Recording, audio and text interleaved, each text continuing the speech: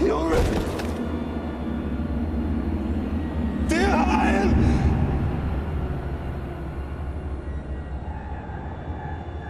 Shadow of Mordor opens on a familiar note.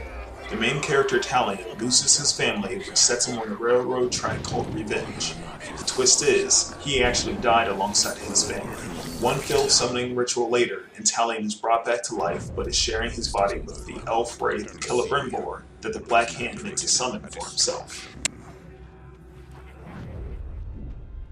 While the story isn't amazing, those who care about the lore will enjoy the history lesson that is presented. For everyone else, we get an amazing action game. If the combat feels like it's from the Batman games, that's because it is. And if parts of the game feels like Assassin's Creed, that's because it is. Shadow of Mordor doesn't hide from the fact that it's pulling from these games. Why should it? It executes and iterates on what was already solid mechanics.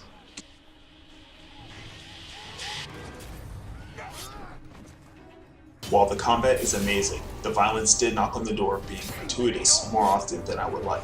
It does help build a strong sense of power you feel playing as Talion though. Often you will be surrounded by dozens of enemies only to mercilessly slaughter each and every one of them. Heads explode and are cut off. Some heroes run while others stay and fight. There is talk about Shadow of Mordor being the first next-gen gaming experience. While I don't disagree, it is just something you don't realize until you get into the depths of the Nemesis system.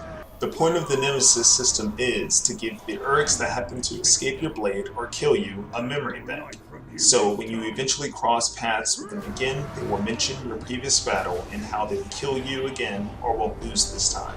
The Nemesis system also gives a set of weaknesses and strengths to each Urk captain.